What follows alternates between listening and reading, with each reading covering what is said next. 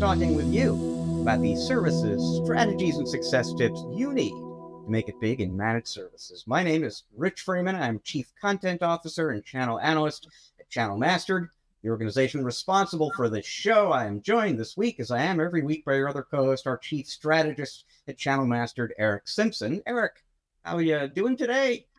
I'm doing great, Rich. I'm getting ready to take the kids off to Comic-Con this weekend. We're excited about that. So if any of you are going to be at Comic-Con, catch me up on social media, and maybe we can do a quick meetup. But yeah, we're excited about that. And then, Rich, you're traveling as well. And then you and I are both traveling next week with the rest of the Channel Master team for CompTIA ChannelCon. So we got quite a busy next couple of weeks ahead of us. We do. And as a matter of fact, ChannelCon kind of figures into the plan for this episode, folks. By the time you are listening to or watching the show, ChannelCon will actually be over, although just barely when this episode comes out. But if you were not actually able to attend that show, we're going to bring a little piece of it to you, because ChannelCon takes place in Atlanta, the 30th of July until August 1st. On Thursday, August 1st, Erick and I are co-presenting a session at the show. So again, by the time you're enjoying this episode of the show, that's already happened. So we are going to do it for you again, right here, live on this show. And it's all about working with the media. It's coming up later in the show, folks. Little different than what we normally do on the episode here, but hopefully something that you will enjoy. And thanks for reminding me, Rich, that by the time this airs, Comic-Con will be over too. So strike everything I said about reaching out to me ahead of time so we can do a meetup. But share your shots and pics and feedback on social media with me. I'll do the same, and we'll reminisce together that way. All right, Rich, you ready to kick this new, unique format off? Absolutely, but let's begin it with a familiar piece of format here. Let's go into our story of the week. And this is our story of the week often comes from a recent post to my blog, Channelholic. And I'll tell you, Erick, I wasn't anticipating an unusual response to this particular post when I put it out there, but it actually generated quite a bit of traffic, because I think it called attention to something that isn't maybe getting as much attention as it deserves in the channel right now. Now, we are all, whether you're in the channel or not, we're all reading a ton about AI just in the business press. And a lot of the attention, understandably, gets focused on, NVIDIA and the processor market, OpenAI, Anthropic, large language models, and all the revenue being poured into those companies. Not a big surprise. Businesses worldwide will spend $52 billion on generative AI models and software by 2028, according to S&P. By 2027, venture capital firms will have poured $800 to $900 billion into AI-related startups, mostly doing software-related stuff, close to $1 trillion by 2027. So this is big business. I don't blame people for paying a lot of attention to it.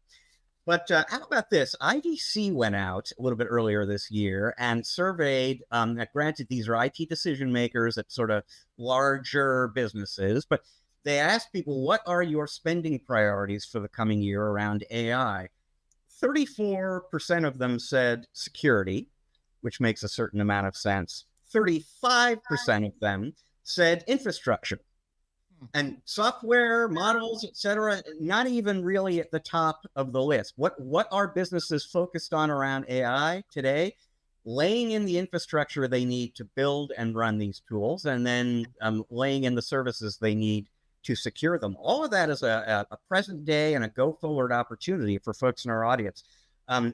Give you a little illustration here. Dell, in its most recent fiscal report, recorded 22% growth year over year in its infrastructure solutions group, driven mostly by AI related sales of servers.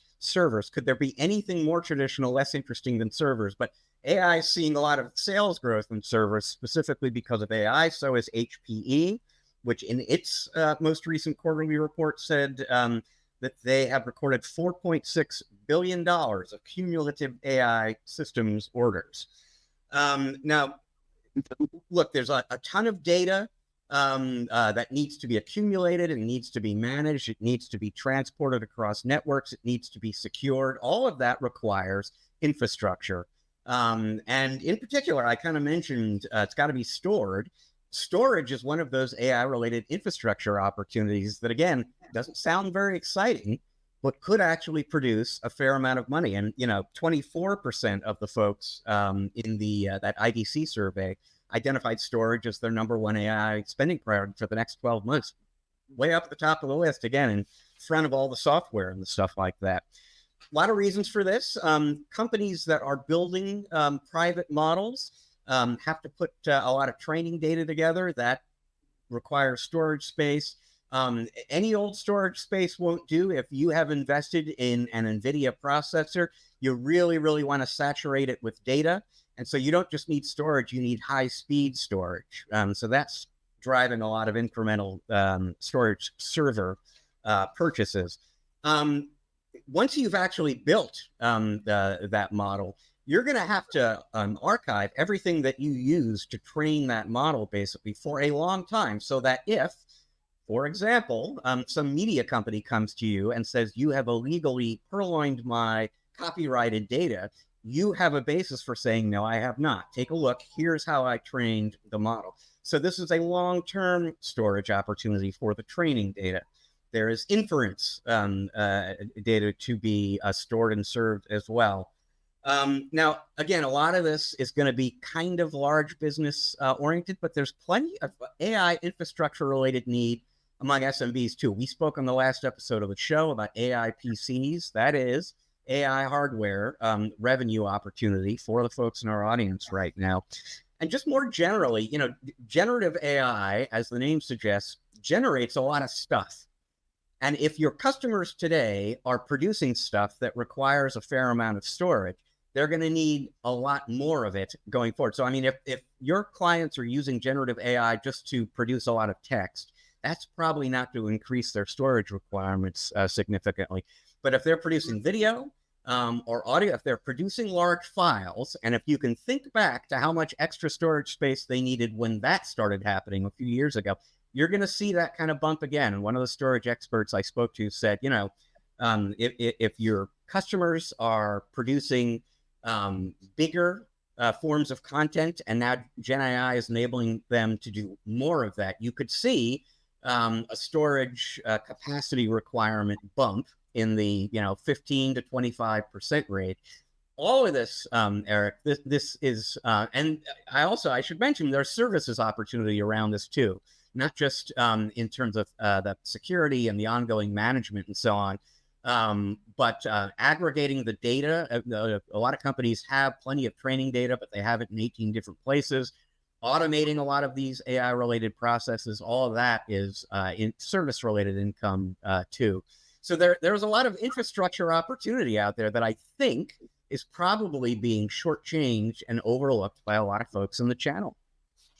Rich, that's very interesting data and analysis. Thank you for that. I'm, as I look at it through the lens of the MSP, right, I think the question that I want to ask you is this now a different type of, if not a different vertical market for MSPs to attack?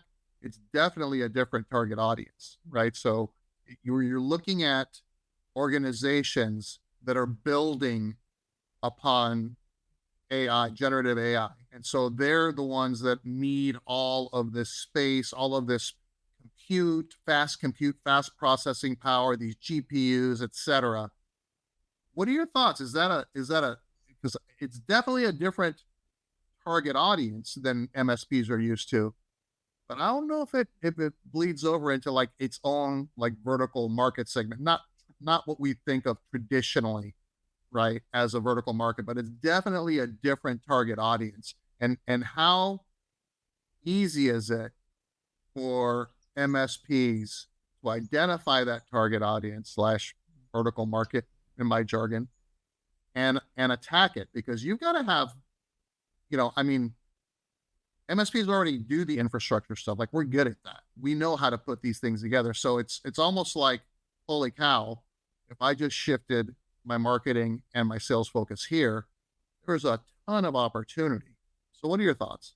Okay, a lot there. So Sorry, let me sorry. give As you I kept thinking, I kept spitballing in my head, right? let me give you a few thoughts here. So, first of all, I would kind of think of the end user building an LLM as, if not a vertical, then a new kind of customer segment, customer opportunity. And that's going to be a subset of the customer base for a lot of the folks in our audience right now. And there will be plenty of people in the audience who really don't have any customers in that area at all. Sure. Remember, one of the AI infrastructure opportunities is simply finding a place to store and putting in the networking capacity, et cetera, to transmit, to share all of that content, let's say video content, for example, that generative AI is generating. So that's anyone, anywhere. The other thing I'll say is, because you were saying, is this a customer segment or is this more like a vertical? And my first thought when you said that is a little bit of both, because one of the things that experts I interview about AI will tell me over and over again is there really is no AI opportunity per se. There are all sorts of different vertical industry applications of AI. And so you're going to need, most people, especially I think in our audience, most people who are serving SMBs and even mid-market companies are going to need to pick a vertical industry or two or three to really kind of dive into, because their customers who do invest in LLMs and so on are going to be looking for something that's quite specific to what they do. So in terms of how easy or difficult is it to get into this market, obviously, like you were saying, if what we're talking about here is scaling up infrastructure for your customers, this is a very familiar opportunity for folks in the audience here. It's a question of being aware of the fact that this need, if it doesn't exist immediately, will probably exist at some point in the future. And so this is something to talk about with your customers, investigate. If it's really just sort of a standard infrastructure play that happens to be more urgent for the customer because of AI. If this really is more around helping people build and manage LLMs and creating all the infrastructure around that, I think the infrastructure piece of that is probably not that difficult for folks in this audience to get into. I think that's really where the software element of it does require specialized skills. And we've interviewed people on this show who are creating software. Hats AI is a great example of a company that is creating software specifically for MSPs to kind of help them with that task, even if they don't have a lot of skills going in. That piece of it does require expertise. But the infrastructure piece of it, which is apparently, based on research, going to be the first piece of it where people are spending money, doesn't necessarily require new skills in-house. It just, you need to know a little bit more about what your customers need and how to talk with them about it. Yeah, Rich, and as I'm kind of pondering this a little bit, I'm guessing that the tremendous amount of data generated in this, new technology is going to eclipse regular data storage that's needed by, your typical SMB customer today. Again, depends on the customer and what they produce and so on. But yeah, absolutely. You could imagine a scenario where, somebody's stored the amount of content that they're generating all of a sudden, and content that really does eat up some storage space, is going to go up a bunch. Well, we'll keep an eye on this developing opportunity, because obviously it's a huge opportunity for MSPs, Rich. It sounds like blue ocean or first mover advantage opportunity type of stuff here. So thanks for bringing that to us. Well, let's move on to your tip of the week, Eric, here. And a lot of what we were just talking about is sort of one-time project specific, but you're going to be talking a little bit about an end user need among SMBs out there right now that is ongoing and forever. Well, I mean, it's absolutely, and this is another one of those scenarios, Rich, that it's never going away. The opportunity is never going away. The risk is never going away. It's just going to keep getting larger and more pronounced, right? The elephant in the room being security, but not just security. We talk a lot about cybersecurity and security on this show, Rich. I'm going to make a bold statement, and I'm going to say that it's going to be shifting to compliance. We're going to be shifting this cybersecurity focus and need more toward compliance as MSPs addressing the needs of our end clients, whether that be an SMB client, mid-market, enterprise, you name it. I think that over time, my crystal ball, Rick, tells me that more and more things are going to be regulated. You know, notwithstanding, this CrowdStrike situation that we've got going on currently as we're recording this show, right? More and more things are going to be regulated.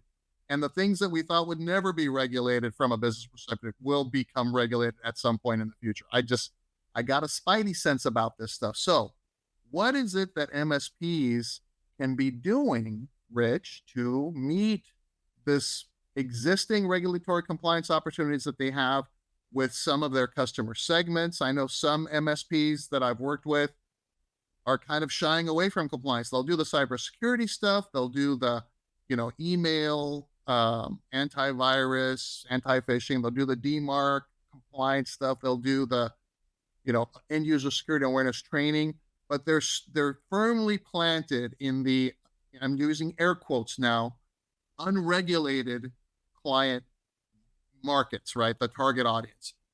So because compliance can seem like a very daunting, challenging beast, if you will. I know that we've done surveys, Rich, at Channel Mastered, asking partners about their sense of why they're not moving into these areas. And a lot of them say it's the risk. Some of them won't even touch cybersecurity because they think it's risky. Well, guess what, folks? That train is coming, right? We have to be able to help our clients secure their infrastructure, their applications, their behavior, their data, et cetera.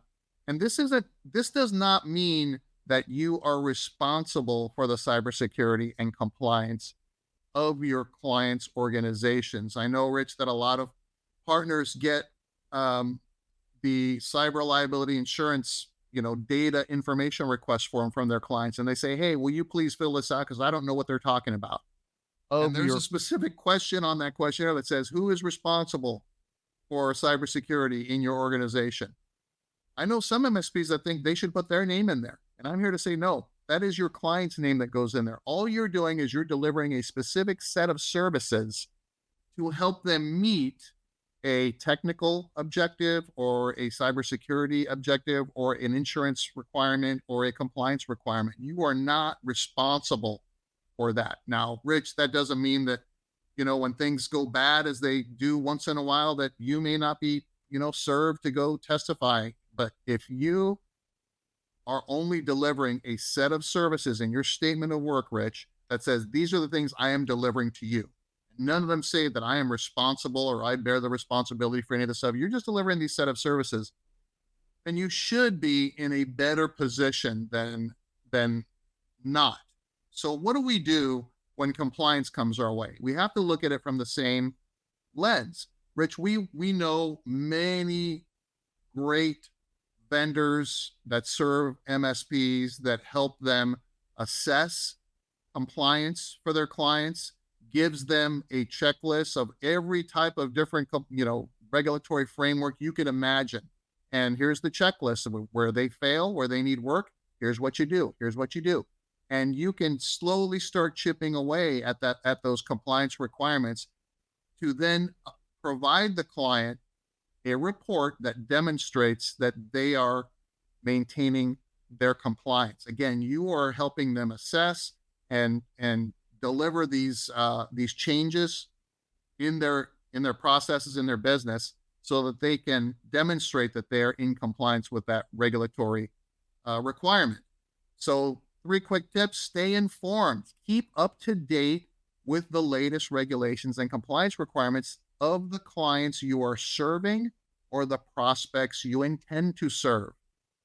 Sometimes the best qualifying question to get someone to say yes to an assessment, Rich, is, do you understand what your compliance regulation requirements are for your business? If the client says no, and you say, well, let me get back to you on that, that's not very, confidence inducing, is it, Rich? You've got to be able to say, well, look, here's what you need to be adhering to in order to and you have to demonstrate compliance against that. Allow us to do an assessment for you and let you know where you fall and charge them for that, right? This is work that you're doing that adds a tremendous amount of value and can keep them out of trouble later on. Use compliance management tools like the great vendors that I just mentioned. There are a lot of great vendors that provide compliance assessment, compliance management tools, and give you the step-by-step process that you can optimize. Or if it's the client's responsibility to do some of these things, then you can assign those tasks to them. But you're working together. Remember, they're responsible for that. You're just delivering these services to help them demonstrate compliance. And then, cherry on top, when you're mature enough, assign a dedicated compliance officer. The role in your organization, it's almost, Rich, like a VCISO or VCIO, but it's a compliance officer that basically manages all of the activities that your team is doing to demonstrate compliance for these end clients. So imagine someone that's basically having regular meetings with clients, whether those are monthly or quarterly. Think of it as a QBR, but for compliance, and going over the things that are still outstanding, where the client stands, and managing that process moving forward. There's a ton of opportunity here, Rich, for MSPs. And I think that's a really, really critical point. It's funny, as it happens, I dedicated a Channelholic post to this topic just a few weeks ago, because there is a ton of opportunity. There's a ton of need out there among businesses of every size for assistance with compliance requirements. MSPs are, from a certain perspective, ideally situated to help their customers with those requirements. And like you said, Eric, most of them are really kind of terrified of getting into that space. And the risk is one of the huge hurdles that keeps them from doing that. Another is the complexity. It's like, how am I ever going to master HIPAA, for example, if I've got clients, in the healthcare space, and how do I keep up with those requirements as they change and so on over time? And so, I totally get it. Why people are very reluctant to get in. Some things to think about that. It's sort of like, you can throw your hands up about security because you're worried about the risk there, but your customers are going to get hacked and they're going to blame you anyway, right? Because you're supposed to be my outsourced IT guy. Why didn't you keep that from happening? And telling them, well, that's because you refused to pay for the security services or whatever, isn't really going to get the job done. It's sort of similar with compliance. You're likely to get some of that blame if something goes wrong, during an audit or something like that, and you're just leaving a lot of money on the table. So a key thing that I would add, the software, that those vendors you talked about, that will actually simplify this a great deal.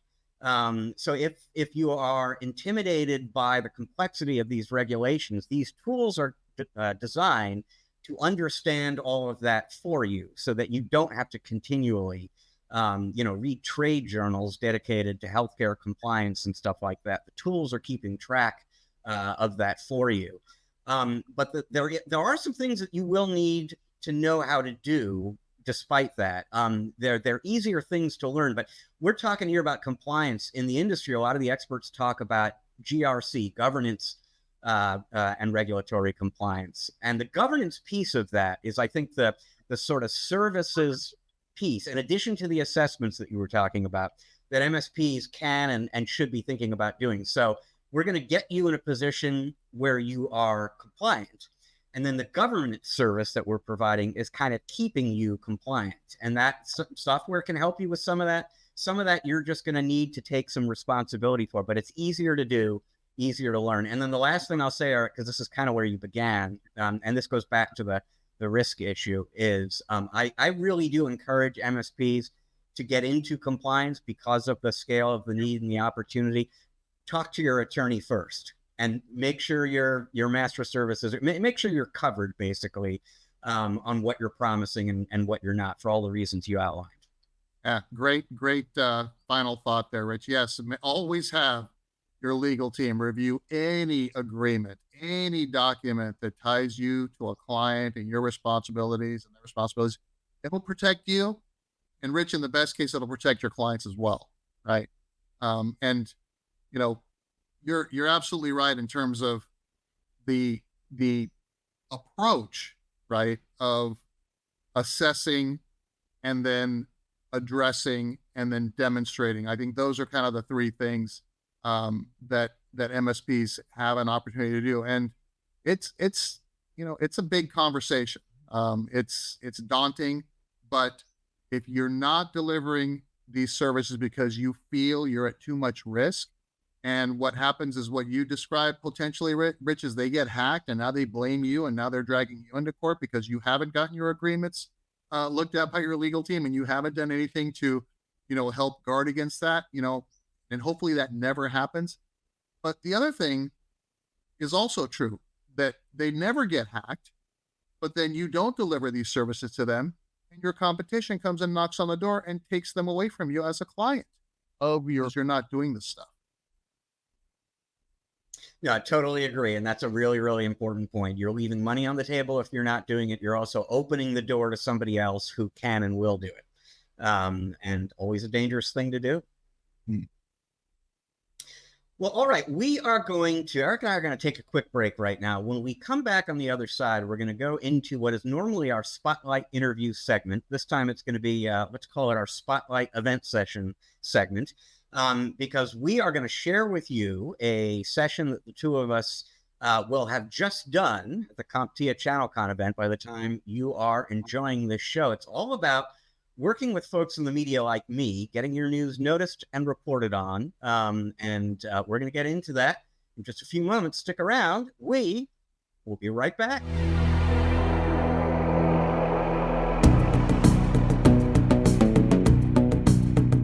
And welcome back to part 2 of this episode of the MSP Chat podcast, which, as I just said, is this time around not our Spotlight interview. It is our Spotlight event session recreation segment. Because when folks are listening to or watching this show, it'll be just a day or days after the conclusion of CompTIA's annual ChannelCon event this year on Thursday, August 1st. At that event in the morning, you and I did a session called Achieving Media Mastery. And Eric, the inspiration for this, I am approached by, dozens doesn't even really do justice to it. A good solid 150 to 200 different vendors a day, probably, trying to get my attention, get me to report on their news. And I do interviews every day, obviously just, a very small handful, but I have a lot of interaction with vendors and with their PR people. I've had plenty of conversations with MSPs about, how they are trying and maybe struggling to get the media to cover them. And I would say I'm pretty familiar with a lot of the mistakes that people make that keep them from getting more media attention, and a lot of the simple things that you can do to be more successful in that regard. And so that's what this session we did was all about. And we're going to organize it sort of around the life cycle of a news story. And so we'll just begin right at the beginning. You've got something that you want to announce to the world. You think this is newsworthy and important. You want media people to agree to cover it for you. And so you're going to go out there and you've got to pitch them on this story and get them, typical journalists can only do 1, 2, 3 interviews at most in a day, right? 1 or 2 stories at most in a day. How do you get them to be the one that they pick up on?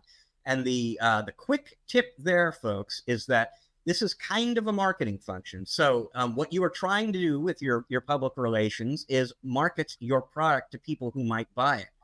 But for purposes of getting media attention, the journalist, in this case, I'm your market.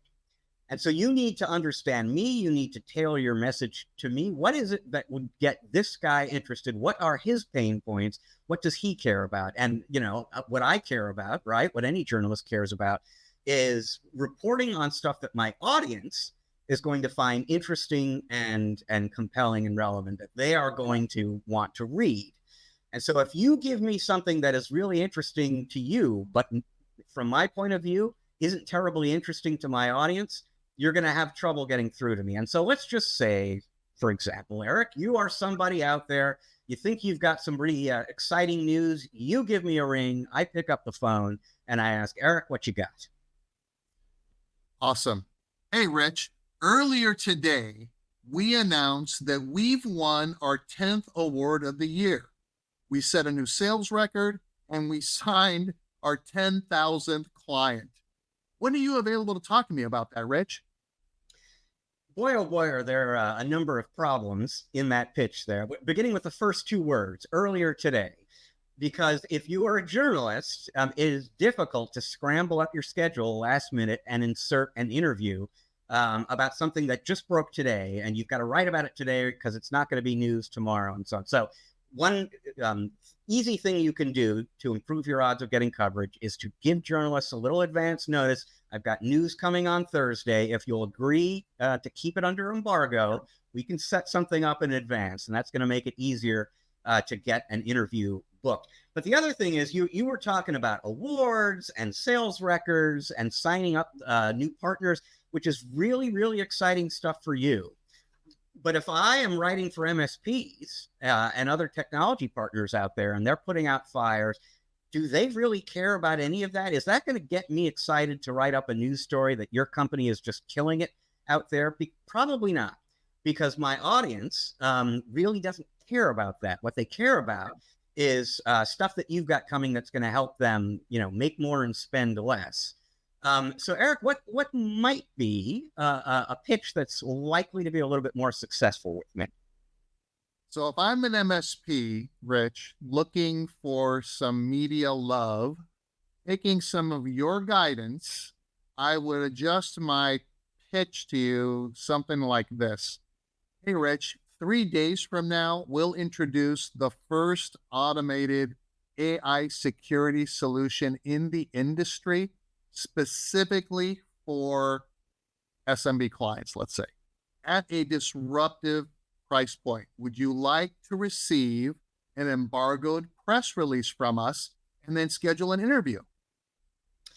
Much, much better. You gave me advance notice. You gave me an opportunity to schedule something in advance. And you brought me something that I am likely to find interesting. You included the word first in there. That's going to get my attention right now. First, biggest, most, etc. I'm going to be, at least intrigued to find out a little bit more about that. But it's also, AI related and security related, and therefore there could be trends there that my readers really need to know about or want to know about, or this could wind up being competition for them.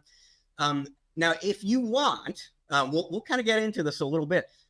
You've got my attention. I'm going to cover you because you're doing something that is newsworthy for my readers. If you wind up spending a few quick minutes in that call, just letting me know that we have also won a bunch of awards and set sales records and so on, you can get that information to me. I may or may not write about it because I probably don't think my audience cares.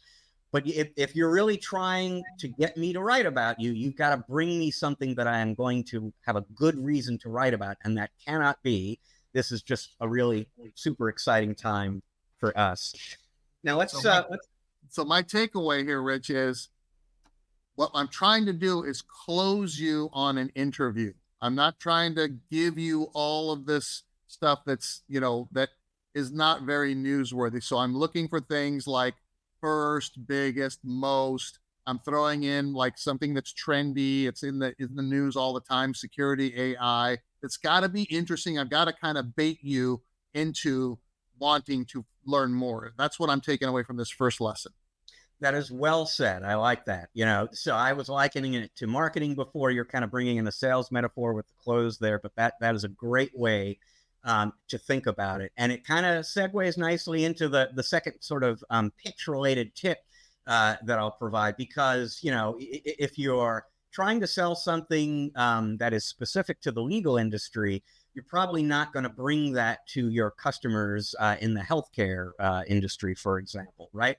So, you have to kind of think about your audience, know your audience when you decide what to bring folks, what to sell to folks, what to market to folks. Because if you are bringing them irrelevant ideas, Not only will you not get the sale in that case, or the media coverage in the case of what we're talking about in this session, but you will acquire a reputation for yourself as somebody who wastes my time, right? Which is not what you want. So, for example, let's just say I picked up the phone. Hey, it's Eric Simpson again. Eric, what you got for me this time? Hey, Rich, we're about to release our network security product for enterprise businesses in Germany. Let me send you a press release and then let's book an interview. Perfect example of what I'm talking about. Right now, this example is specific to me. But I write about the SMB channel, and my audience is overwhelmingly in North America. And you just brought me a story for enterprise IT departments, not the SMB channel, that takes place in Germany. I do not care. There is no way I'm going to write about that. And I mean, fine, you might think, well, I'll take a stab at it. Maybe he'll surprise me. But again, you really don't want your name to become affiliated with waste of time pitches. Show that you took the time to understand me and my market and my needs. Bring me stuff that's going to make us both successful here, so that I'm more apt to look at your emails, take your calls, texts, etc. in the future. Okay. So now let's just say you made a great pitch, Eric. I have booked an interview with you, and we are headed towards that interview. There are some things that you can and can't do before that interview takes place. And let's just start out with something that I get asked all too often, but that you really shouldn't ask. Eric, what's that? You have a question about the interview we're doing tomorrow? Yeah, Rich, I just want to make sure I'm prepared and ready. So can you send me over a list of all the questions you're going to ask me in advance so I can bone up? No, I cannot. Do not, whether you are the person being interviewed or you're the PR person who's arranging this interview, don't ask for the questions in advance. No self-respecting journalist is going to give you those questions. Look, I get it. I understand. It is easier to be the interviewer than to be interviewed in these. And I totally understand why people are a little anxious about that, and they feel like I'm going to do a better job if I'm prepared, I can practice, I know what to anticipate. But it's just unprofessional for the journalist to tell the person that they're interviewing, here are all the questions. And the other thing I'll just say is I'm doing so many interviews in a typical week, Eric. You're going to ask me that question, and I literally don't know, because I haven't even thought about that interview yet. I've got 4 to do between now and then. Don't do it. I'm not going to give you the questions. It's going to make you look bad and unprofessional. It's going to make you look like you're not sure of yourself, and confident in your ability to answer the questions. What, though, if you want to be prepared, I respect that. What might you ask me to do instead, Eric? So taking your feedback, Rich, and also I think there's a little bit of it's a respect, right? Hey, you are who you are, and I'm putting my trust in you because you're going to guide the conversation in unique and interesting ways. And if it's all canned questions and all that, it's going to come off canned, and that's not the integrity of the journalist has to be maintained at all costs, is what I'm sensing here from some of this. Am I in the ballpark there, Rich? You are absolutely right. Yes. Yeah. And the concept, I particularly appreciate you pointing out that if I did give you the questions in advance and you gave me canned answers, that might backfire on you too, because I'll do the interview, but maybe I don't wind up writing the story because this was such a stilted, uninteresting conversation. Got it. Okay, so processing what you shared. So instead of asking you for a list of questions, because maybe I am new at this, I don't know, what I should do is say something like, hey, Rich, I'm super excited. Thank you so much for agreeing to interview me. What kind of topics or areas do you plan to cover in the interview? And that is a much, an entirely legitimate, much better question to ask. So again, you want to be prepared. What topics are we going to be covering? Well, we're going to be talking about the recent changes you made to your partner program, what those mean for your partners, and why you went about making those. I'm not giving you the 10 questions I plan to ask. I'm just telling you, I scheduled this interview because I wanted to cover these 3 or 4 topics. You kind of know what to expect. The other thing I'll add there, though, is do understand this is not a binding agreement between you and the journalist, meaning it's totally fair game to say what topics are we going to cover. But if you get into some area during the interview that I didn't expect to be talking about with you. And it's interesting to me, and I think it's something I want to include in the article. I might ask you about a topic that I didn't tell you was coming. That is completely legit and fair for me to do. But if you want a little bit of a guidance going in so that you're not completely blind about what this conversation is going to be about, go ahead and ask for topics. Just don't ask for questions. All right. Now we're going to get into my private nightmare, some of the things that actually happen during interviews on an all too regular basis here. And maybe the best way to set this one up is just for me to ask you a pretend question and get your pretend answer here. And so here's my pretend question, Eric, who I am interviewing for a story. We're talking about this new product that you're launching. What's distinctive? What's unique about this new product? Awesome, Rich. And I was answering the other ones kind of like as an MSP. So now I'm going to switch it up and be a vendor now. So you're interviewing me. What's distinctive about this new product you're releasing? Well, Rich, let me start by reminding you that we're the only vendor in our market that sells exclusively through MSPs. We raised $10 million of funding last month, and we've the highest customer satisfaction scores in the industry. And trust me, folks, I have done interviews where I ask a question like, what is unique or distinctive about this product? And I've got to wait 5, 10, I'll get an answer, but I've got to wait 5 or 10 minutes because I'm getting answers to all these other questions. And I mean, here's the thing. I've got, maybe 30 minutes with you. I know what I need to learn from you in order to be able to write the story. If you are devoting time to other stuff, other topics that I'm not asking you about, you're burning up time. And in the worst case scenario, the 30 minutes is up. I haven't learned what I needed to learn, and I cannot actually write the story because you told me about everything except what I need. So that the tip here, folks, is stay on topic. Listen to the question, answer the question that you have been asked. Doesn't have to be we'll get into the length of that answer in just a moment here. But stay on topic and understand that even if there are other things that you kind of want to talk about, what you're really trying to do is let the journalist set the agenda for this conversation, because if they can do that, they're going to come away from the conversation with the information that they came to the conversation to get, and they're going to be much better prepared and more inclined to go ahead and write up a story. So, for example, let's just say, Eric, I asked you, what is distinctive or unique about this new product that you're launching?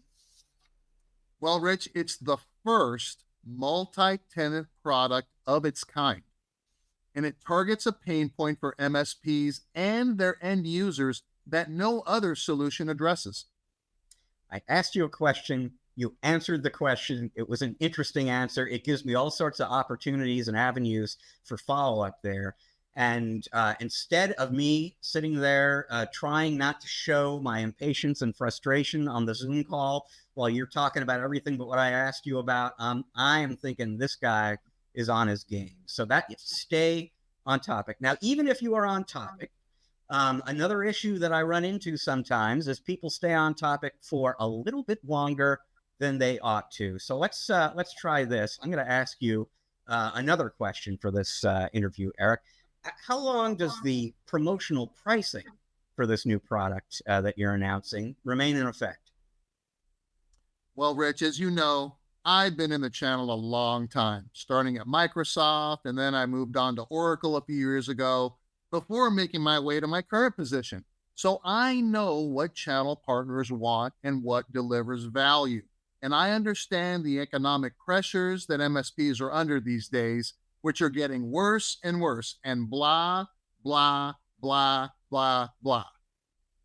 And again, I mean, it kind of overlaps a little bit with the last tip there. I mean, you want to stay on topic, but you also want to get the answer out there, concisely. Don't spend 10 minutes on the first question in the interview, even if it's relevant to the topic, the question that I asked. Because again, 30 minutes are up, I'm going to hang up. And if I haven't collected what I need to write the story, you might be unhappy with the outcome. Or even if I do, collect enough information to write a story, if that story only covers half of what you consider newsworthy, and that's because we just never had time to get into the other half, this is going to be a problem for both of us. So be concise, stay on topic. So let's say you did all that, and I went ahead and I wrote the story. And that story is scheduled to run on Thursday when your news breaks. And here we are, the day before that, it's Wednesday, and I got a call from Erick again. Erick, what do you need to know? Hey, Rich, just checking in. Can I see the story before it runs, please? Erick, you want to know the one thing worse to ask a journalist than give me the questions in advance? It's show me the article before it runs so that I can quarrel with you about it or make edits or absolutely not. And again, it's insulting for you to think I might do that, right? So you don't want to offend the journalist. I understand your concern. And the people who ask that question may have been burned in the past. I saw the story that the last story you wrote about my company, and you got 18 things in there wrong. And so now you're thinking, I want to see the article before it goes so I can fix those problems in advance. You cannot ask that question because nothing good is going to come from that. So now, that the story has actually run. It's Thursday and the story is out there. You've just read it. I was talking about a scenario where you've seen 18 things you don't like. Erick is calling me again. Erick, what's up? Well, Rich, I just read the story, and that quote about our 2023 revenue, it's not supposed to be public. Cut it. So, I understand, maybe in this specific instance here, you inadvertently said something that wasn't meant to go out to the public, but that interview was on the record.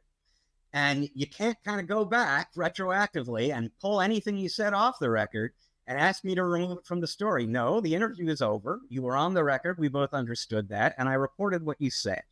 And so this goes to another kind of related point, which is just that, folks, in an interview, you are always on the record with a journalist unless you specify to the journalist in advance that you're going off the record.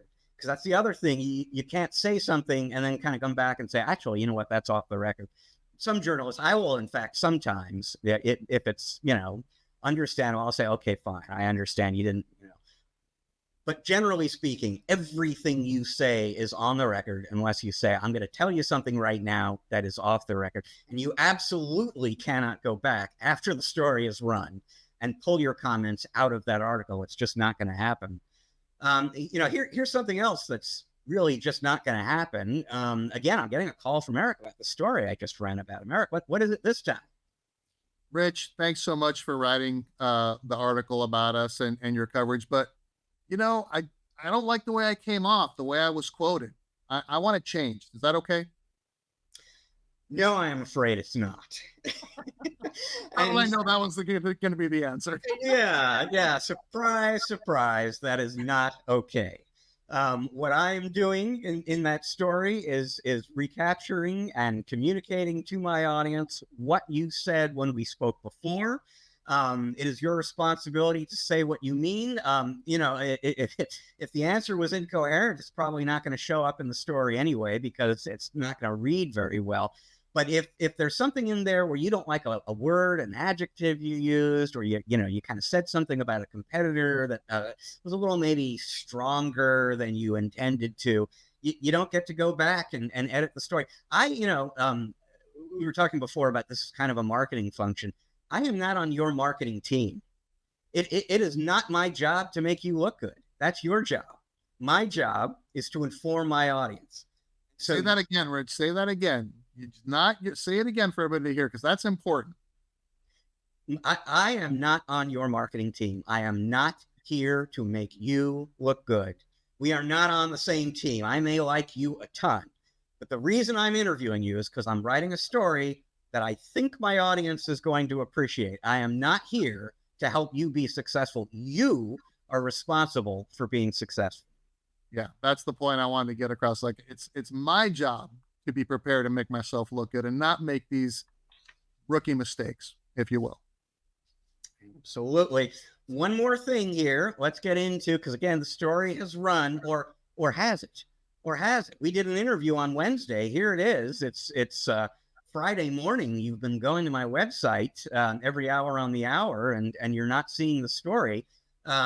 Here's the phone. Eric Simpson yet again on the phone. Eric, what is it this time? Rich, is there something wrong with your website? I don't see the story. What did it run? Why didn't it run? There are two variations of this mistake, and one is this classic instance. There's a certain species of email that I will get, typically from a PR person as opposed to like an MSP or a vendor or something like that. And for the sake of just in case somebody has kids in the car or something like that, I won't give you the exact term that I use to refer to these emails, but I think of them as "where the F is my story" emails. Because what'll happen typically is you did an interview with me on Wednesday. You told me the embargo lifts at 10 a.m. tomorrow. 10 a.m., you went to my website, story is not there. You went back at 10:01, 10:02, still not there. You send me an email that is very politely worded in its passive-aggressive sort of way, but the gist of it is, hey, Rich, where the F is my story? And the answer to that question will quite often be, it's coming. I've got three, I had to put out 8 fires since we spoke. I've got 2 other stories I had to get to first. I couldn't get to this one yet. It's coming. And again, unless you want me to associate your name with being kind of a pain, don't ask me over and over again, where the F is my story. The other thing that can happen here, though, is that sometimes I'll do the interview, and for many of the reasons that we just talked about, I didn't collect the information I needed. You wandered off time. I can't do the story. Or CrowdStrike, let's say, has brought the entire civilized world to a standstill, and now I've got to cover that. I cannot cover your story, and by the time I have time for it, it's not news anymore. So we all need to kind of understand now and again, you're going to dedicate time to an interview and invest that time with a journalist, and nothing is going to come of it. And I don't love it when that happens. I don't like wasting people's time, but it happens. We all have to kind of be grown up about that and accept that it is going to happen sometimes. I think, Rich, at the end of the day, we have to appreciate that you're doing us a favor. We're trying to do you a favor by bringing you stuff that's going to help you, but you're really doing us a favor. If we're not prepared and concise and direct and interesting and quotable, then we're not giving you enough for you to help us. Very well said. You are a pro's pro, Eric. You that is exactly right. That is exactly right. And similarly, here's another thing that people ask me about after a story is run. Eric, what are you calling me about? Hey, Rich, I saw the story, but I don't see my quote in there. Why am I not quoted? Because I interviewed 3 people about this AI story that I wrote, and the other 2 people gave me interesting and relevant stuff, and they asked questions, and they were concise, and they stayed on topic, and you didn't. And so you're not in the story. And I'm sorry about that, because again, I don't like wasting anyone's time, but it goes right back to what you were just saying here. My professional responsibility is to the quality of the writing and to my audience. I am not on the hook for making sure that you are quoted in the story. So you got to take care of yourself and make sure that you're doing what you need to do to ensure that you are going to be quoted in the story. And the more you are aligning your comments with the journalist's needs, the likelier it is that you're going to get quoted not just once, but maybe multiple times. Yeah, fantastic. And I know, Rich, and the only reason that I'm better than I used to be at this kind of stuff is because of working with you. But I'm now, as we do this session, I realize how much sometimes I just must be driving you nuts when we're on our podcast and we're, interviewing folks and stuff, because I get caught up in something and I just wander off into different grassy areas, that are not part of the compound, let's say. But I am now, trying to be better at that stuff. And these tips are super, super helpful. And there are not a lot of them, right? It's just basically very kind of prescriptive guidance that anyone can follow and kind of just learn to execute on. I want you to write an article on this, Rich, that we can get out to people, because it's awesome. Very well. My final words on this will just be: don't, if you have made some of these mistakes before, don't feel terrible about it, because they're very common mistakes, and they're very easy mistakes to make, especially if you don't have a lot of experience with the media. So the issue isn't that you somehow are stupid. The issue is just that you're new to this. You are maybe new to how the industry and how the world looks from a journalist's point of view. And so the whole point of our session, Eric, was just to kind of help people understand that better, so that they can get better results. And I'm going to get better results out of that as well. Yeah. And, the other salient piece that I'm taking away is, the more someone makes these kinds of mistakes, the less likely you are to want to work with them. So you're doing yourself like you've got to think ahead. If you're delivering, consistently, then it's like, you'll be okay. I'll talk to Eric. We got, he gets it.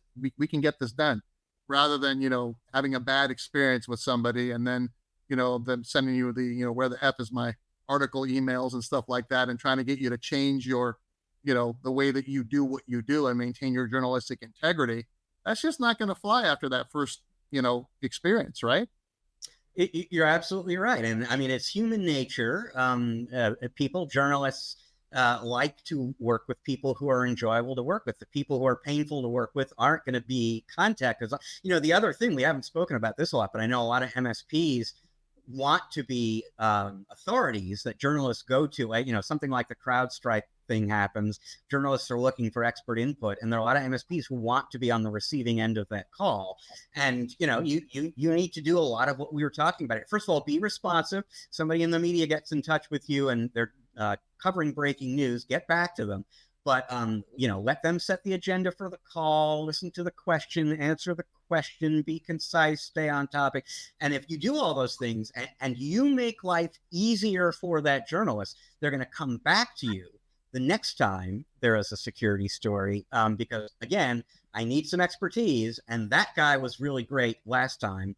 I'm going to make it easy on myself. I'm going to call him or her again. Good tips, Rich. Thanks. Well, folks, that is the session that we presented at ChannelCon this week. I'm hoping the folks in our audience there enjoyed it. I hope you did as well and got some value from it. Feel free to drop us a line and let us know if you have any thoughts or questions. But right now, Eric and I are actually going to take a quick break. We're going to come back on the other side. Normally, we would talk about the interview we just did. Since we didn't do an interview, we're just going to have a little bit of fun and wrap up the show. Stick around. We will be right back.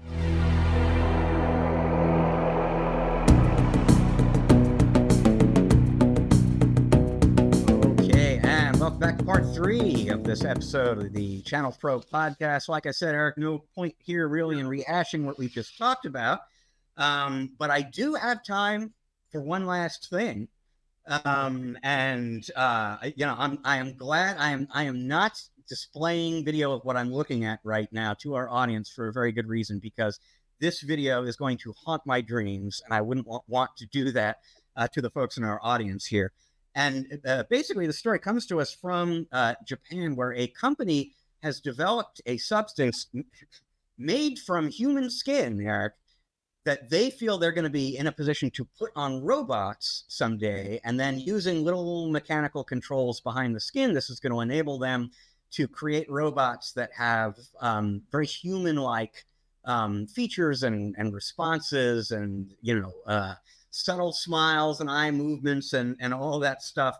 And it's just a creepy thought, basically, that companies are out there like growing human skin for robots. But my goodness, if you look at the pictures in this story, this is not going to make me more apt to communicate with a robot. It's going to make me more apt to flee in terror from the room. Have they not seen the Terminator? Have they not seen how creepy that is? Yeah, Rich, I don't know. I don't even know what to think about that, but that's pretty high on my creepy scale. That's for sure. I mean, why? The first question is why? Why? And I'll cut them a little slack. This isn't even 1.0, right? They're trying to invent a technology that will work much, much better down the road. But boy, I don't know. You know what? Talking about bad media tips, maybe don't run this story when the video and the pictures you share are going to creep the hell out of people, because this stuff is just weird looking right now at this point in its evolution. I mean, why not like, oh, skin grafts for humans? That's why we're growing, artificial skin, right? What? I don't know. Robots? Yeah, interesting. Let's just leave it there. We'll just leave it there. Folks, thank you so much for joining us on this episode of the MSP Chat Podcast. We are out of time for this week. We're going to be back again next week, though, with another show.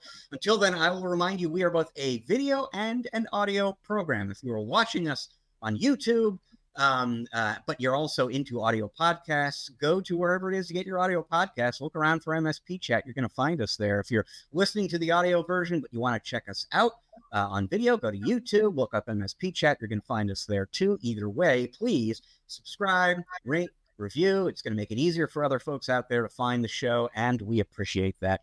This program is produced by the great Russ Johns, part of the team here at Channel Mastered. He would be delighted to produce a show for you as well.